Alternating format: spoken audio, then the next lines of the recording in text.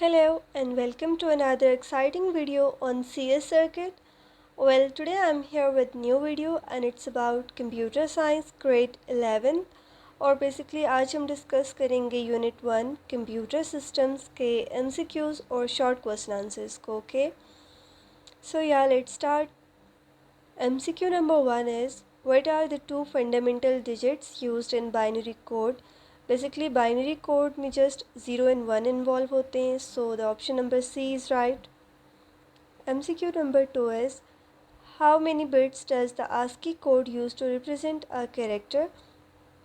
ASCII is basically American Standard Code for Information Interchange. Okay, और इसमें basically total जो है वो 256 कैरेक्टर्स होते हैं. ठीक है, upper case letters, lower case numbers, punctuation marks और स्पेशल कैरेक्टर्स भी इन्वॉल्व होते हैं. ठीक है, so basically it takes 8 bits to represent a character and option number A is right. Right, so MCQ number 3 is, in a digital computer what do logic levels 0 and 1 represent in terms of voltage?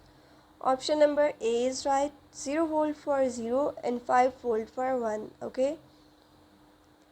Fourth one is, which of the following logic gates produces a high output only when all of its inputs are high? Basically result and gate में जब दोनों cases में आपके पास input true होती हैं यानी कि 1 होती हैं, तभी आपके पास रिज़ल्ट जो है वो 1 आता है. ठीक है, लेकिन अगर एक 1 है यानी कि input 1 is true 1 and input 2 is false यानी कि 0, so the output will be 0. इसी तरह से अगर फर्स्ट इनपुट जो है वो 0 है और सेकंड इनपुट 1 है, तब भी आपके पास 0 ही आएगा. दोनों केसेस में इनपुट का हाई होना ज़रूरी है. ठीक है. Okay, so next is, which principle in Boolean algebra involves interchanging and and or operators while complementing variables? Option number C is right, principle of duality. MCQ number 6 is, which principle in Boolean algebra involves interchanging and and or operators while negating the variables? Option number B is right, dual principle. Seventh is, which phase of SDLC involves assessing whether the proposed software system is feasible in terms of resources and budget? SDLC is basically a software development life cycle and the right answer is feasibility study phase. Okay, इसमें basically resources और जो budget है उसको manage किया जाता है, उसके बारे में जो है वो डिटेल्स देखी जाती हैं. ठीक है. Next is, which phase of SDLC focuses on understanding user expectations and identifying software requirements? Option number C is right, requirement engineering phase. Next is, which agile model phase involves evaluating the software to identify and fix defects? Option number B is right, testing. Which software development model is characterized by iterative development and frequent updates throughout the project lifecycle? Option number B is right, agile model. Next is, which type of topology is known for its high redundancy and reliability? Option number D is right, mesh topology, because इसमें हमारे पास अगर तो एक path fail भी हो जाता है, so we can choose the alternative path for data transmission. Okay. MCQ number 12 is, what is the main disadvantage of ring topology? Option number D is right, prone to failure, because इसमें ring topology के case में अगर आपके पास जो ring है वो break down हो जाता है तो दैट मीन्स कि आपकी कंप्लीट जो आपका नेटवर्क है वो डिस्टर्ब हो जाता है. ठीक है. MCQ number 13 is, what type of topology combines element from multiple topologies to create a more efficient network? Option number D is right, hybrid topology. Next one is, what type of scalability involves adding more identical virtual machines or instances in cloud computing? Option number A is right, horizontal scalability. Next we have, which of the following is not a common type of malware? Option number D is right, firewall.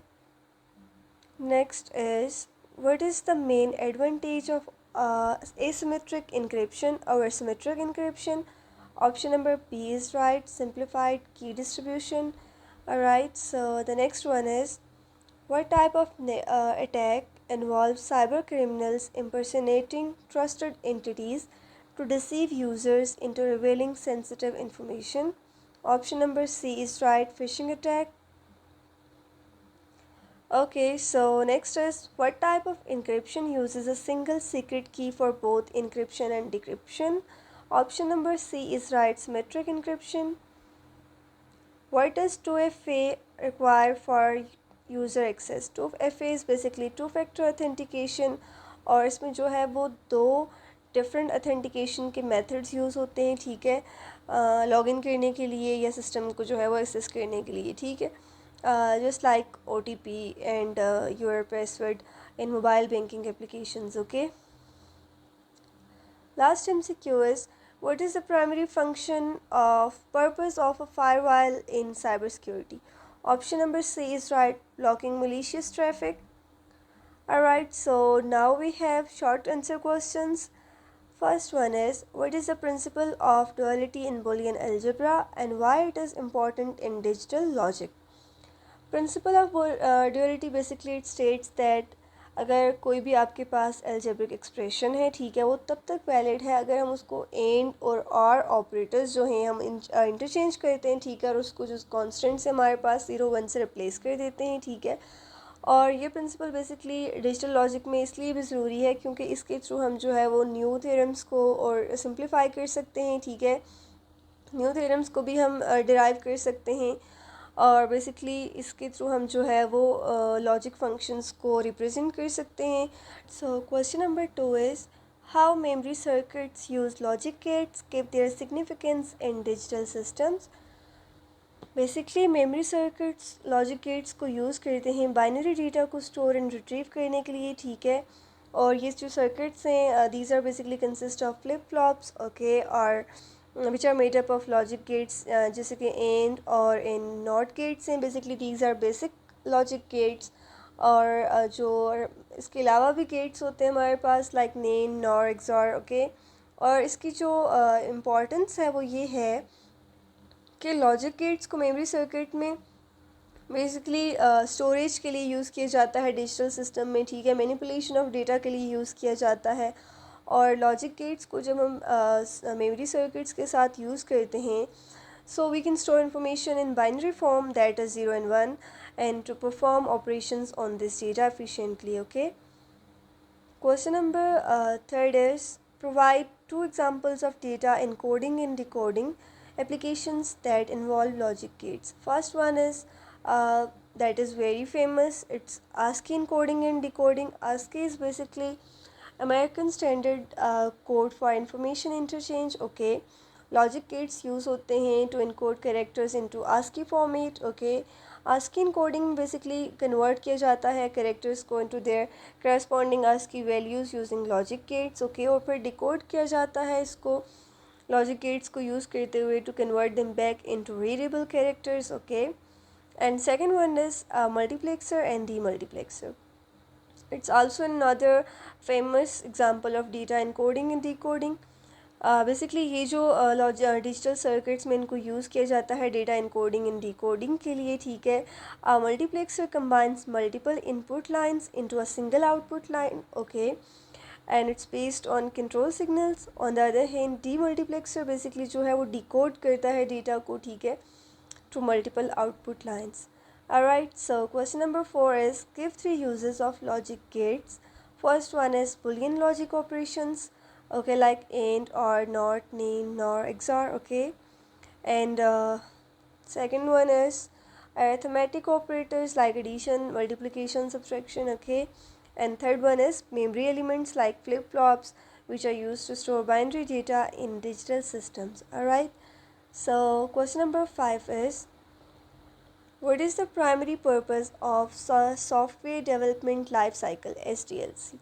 SDLC basically जो है वो एक आपको structured approach provide करता है software की development के लिए, ठीक है। इसमें डिफरेंट फेजेस इन्वॉल्व होते हैं, ठीक है। जो आपका प्रोडक्ट है उसको जो है वो यानी कि थोरली प्लान किया जाता है, डेवलप किया जाता है, टेस्ट किया जाता है, उसके डिफरेंट फेजेस को देखा जाता है, उसमें बजट को मैनेज किया जाता है, उसमें डिफरेंट जो है वो उसकी कॉस्ट को देखा जाता है, रिस्क मैनेजमेंट का टास्क भी इसमें परफॉर्म किए जाते हैं।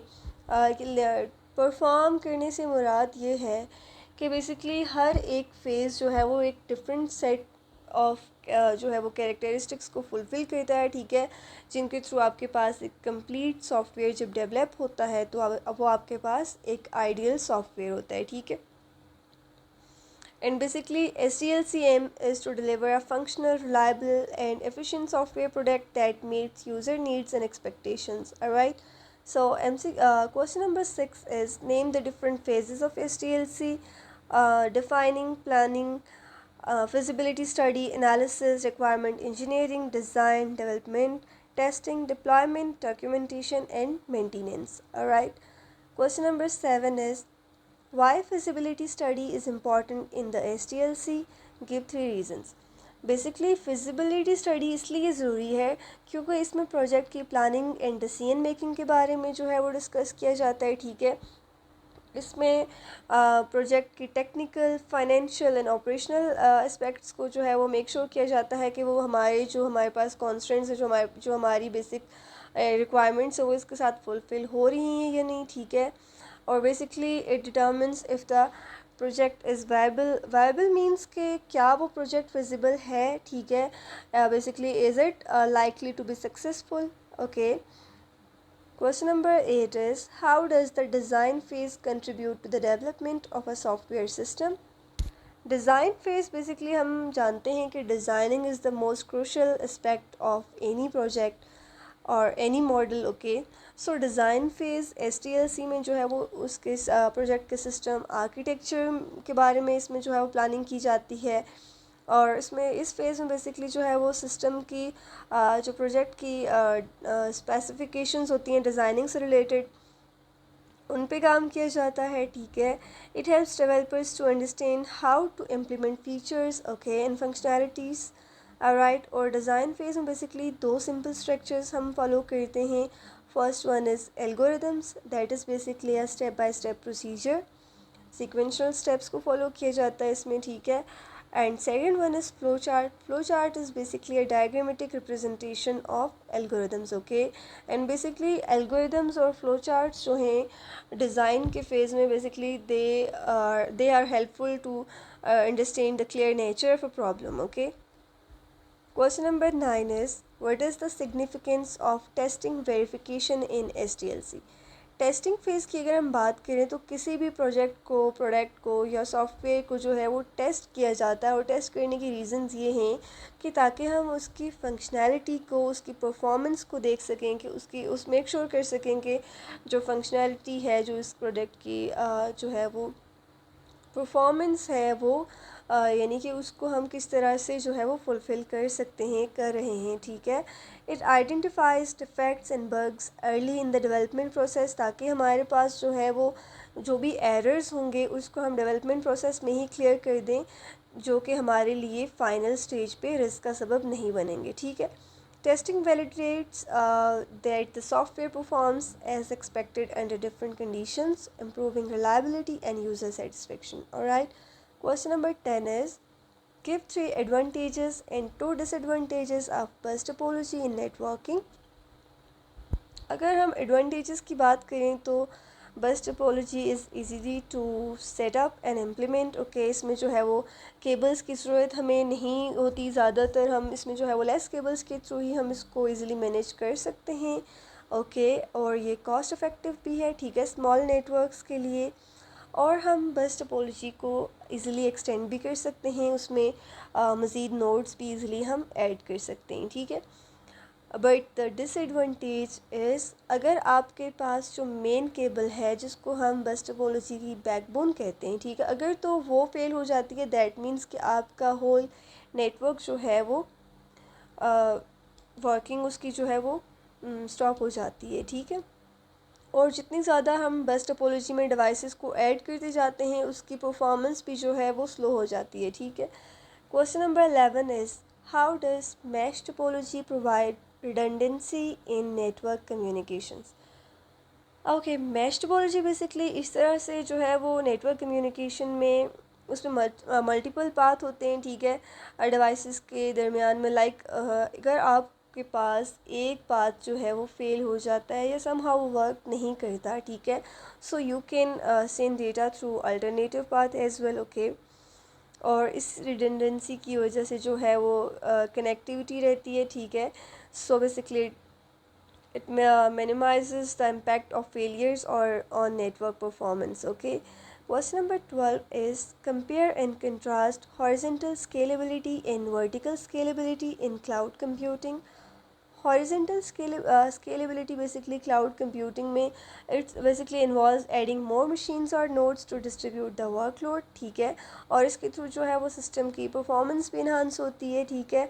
और जो है वो हर एक like you don't have to upgrade individual components, okay. जबकि वर्टिकल स्केलेबिलिटी जो है इसका फोकस रिसोर्सेज को इंक्रीज़ करना होता है, resources like your CPU RAM, okay.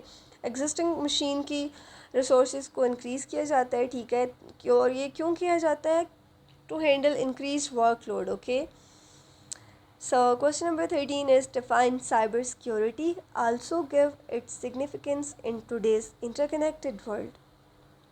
Alright, cybersecurity basically it refers to the practice of protecting systems, networks and data from digital attacks or unauthorized access. Cybersecurity चूँकि अगर हम देखें तो हम लाइक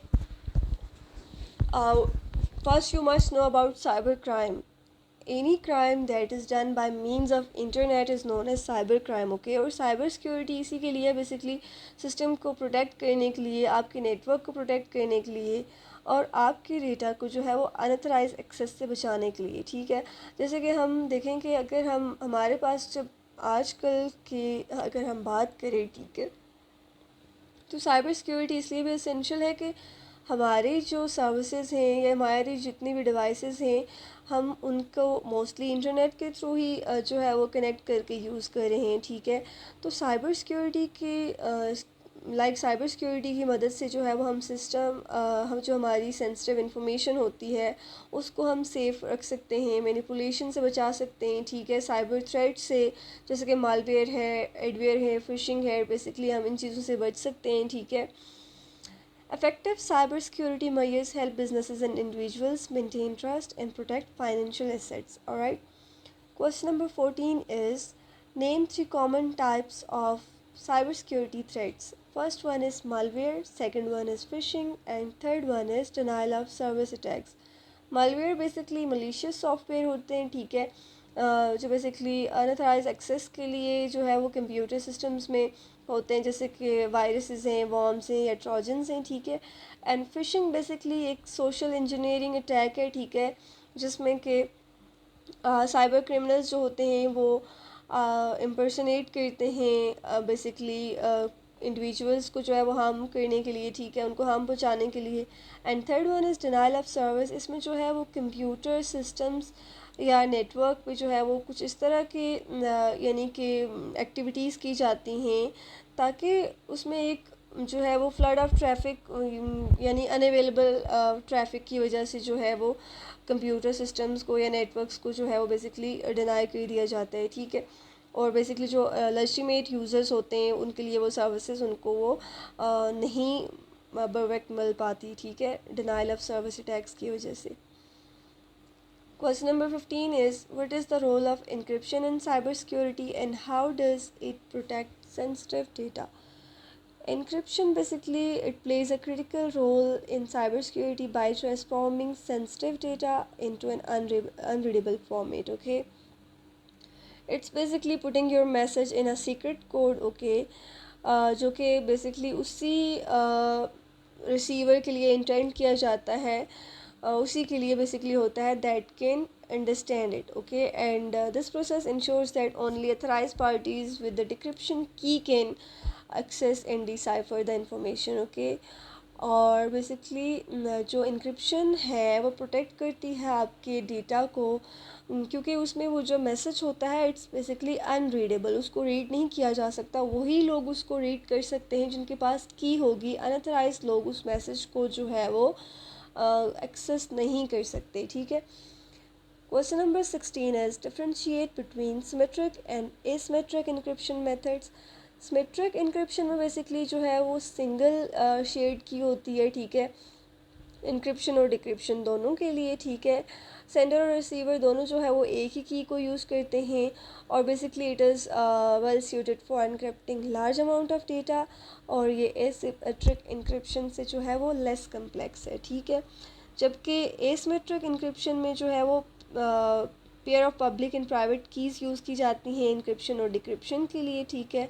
पब्लिक की जो है वो यूज़ की जाती है इंक्रिप्शन के लिए और प्राइवेट की जो है वो यूज़ की जाती है डिक्रिप्शन के लिए, ठीक है। ये स्मॉल अमाउंट ऑफ डेटा के लिए सूटेबल है, ठीक है, and it is basically slower than symmetric encryption due to complexity of mathematical operations involved. Alright, question number 17 is why is it essential for individuals and organizations to keep their software up to date in terms of cyber security? Basically जो है वो outdated software जो होते हैं उनमें as compared to updated software malware के, ransomware के या साइबर थ्रेट्स के जो अटैक्स के चांसेस हैं वो ज़्यादा होते हैं, ठीक है। अपडेट्स की वजह से आपके सिस्टम की सिक्योरिटी जो है वो इम्प्रूव होती है, ठीक है, और उसके अलावा आपके सिस्टम की जो परफॉर्मेंस है वो भी इम्प्रूव होती है। राइट, और जो आपकी न्यू एप्लीकेशंस हैं, जो न्यू डिवाइस आपकी जो न्यू एप्लीकेशंस होती हैं या जो आप इंस्टॉल करना चाह रहे होते हैं अपने सिस्टम में, वो भी जो है वो एफिशिएंटली उस पर रन हो सकती हैं, ठीक है। और उसकी वजह से अपडेटेड सॉफ्टवेयर की वजह से आपका जो डेटा है वो प्रोटेक्ट रहता है, okay, as compared to outdated software. Alright, question number 18 is what is 2FA, give its important in securing user accounts. 2FA basically it's two factor authentication, ठीक है, और बेसिकली इस मेथड में जो है वो दो डिफरेंट तरह के वेरिफिकेशन मेथड्स जो है वो यूज़ किए जाते हैं to access to a system. Like इसकी एग्जांपल अगर हम देखें तो ऑनलाइन बैंकिंग अकाउंट में जैसे हम मोबाइल एप्लीकेशन यूज़ करते हैं, मोबाइल बैंकिंग की एप्लीकेशंस यूज़ करते हैं, ठीक है, ट्रांजैक्शंस के लिए, तो उसमें आपके पास देखिए आपके जो क्रेडेंशियल्स होते हैं उनके साथ साथ आपको आपके जो एक अथेंटिक मोबाइल नंबर जो उसके साथ कनेक्ट होता है, ठीक है, उसमें एक आपको OTP प्रोवाइड किया जाता है, ठीक है, आपके स्मार्टफोन में। अब वो स्मार्टफोन उसी में आएगा, वो उसी नंबर कनेक्टेड नंबर पे होता है, ठीक है। सो दैट्स वाई आपके पास दो डिफरेंट तरह के ऑथेंटिकेशन मेथड्स यूज़ हो रहे होते हैं, इसलिए अनऑथराइज्ड यूज़र जो है वो इसको लॉगिन ना कर सके आपके सिस्टम को, ठीक है। और इसकी इम्पॉर्टेंस ये है कि basically it adds an extra layer of security by requiring two forms of identification to access an account, और हैकर्स जो है वो उनके लिए भी एक जो है वो ये मुश्किल हो जाती है कि क्योंकि वो अगर आपका पासवर्ड जानते भी हैं फिर भी वो आपके सिस्टम में लॉगिन नहीं कर सकते, ठीक है। Question number 19 is what is the primary purpose of a firewall in network security and how does it work? Firewall basically जो है वो अनऑथराइज एक्सेस को जो है वो उससे सेव करने के लिए आपके नेटवर्क सिक्योरिटी में जो है वो यूज़ होती है, ठीक है, और इसमें जस्ट लेजिटिमेट यानी कि अथेंटिक ट्रैफिक जो है उसको ये अलाउ करती है कि वही आपके जो है नेटवर्क को यूज़ कर सके। इसकी वर्किंग जो है basically it establish a barrier between a trusted internal network and untrusted network, जैसे कि इंटरनेट है, ठीक है, to filter and block malicious traffic. Example इसकी अगर हम बात करें तो basically it's like blocking incoming request from unknown और suspicious IP addresses to protect our corporate network, okay. Last question is what are the characteristics of strong password, give two examples. Strong passwords के basically जो characteristics हैं उसमें आती है उनकी length, जो आपका पासवर्ड है वो it should be long, okay, at least 12 characters होने चाहिए, और might be longer than that, कि वो इजीली जो है वो हैक ना हो सके, ठीक है। कम्प्लेक्स होनी चाहिए, लाइक इसमें upper case, lower case, number, special characters like dollar, hash, asterisk, ये साइंस भी इन्वॉल्व होनी चाहिए, ठीक है। Unpredictability, avoid using easily guessable password, यानी कि आप अपनी डेट ऑफ बर्थ को या अपने जो आपका जो अपना नाम है या जो आपका कोई फेवरेट कलर है, इन चीज़ों को आप एज ए पासवर्ड यूज़ नहीं करें, ठीक है, क्योंकि ये इजीली गेसेबल पासवर्ड होते हैं, ठीक है। यूनिक होने चाहिए। आपके जो पासवर्ड हैं वो डिफरेंट अकाउंट के लिए आप कोशिश करें कि उनको जो है वो हर एक एप्लीकेशन के लिए आप डिफरेंट पासवर्ड को चूज़ करें। Okay, and here are some examples of strong password. All right, thank you. So this was all about unit number 1 and I hope this video will be helpful for you. लेकिन अगर फिर भी कोई आपकी query है, कोई भी आपको एम्बिग्विटी है किसी भी आंसर में, so you can do let me know in comments and do not forget to like, subscribe and share as well. Okay, अपना ख्याल रखिएगा। अल्लाह हाफ़िज़।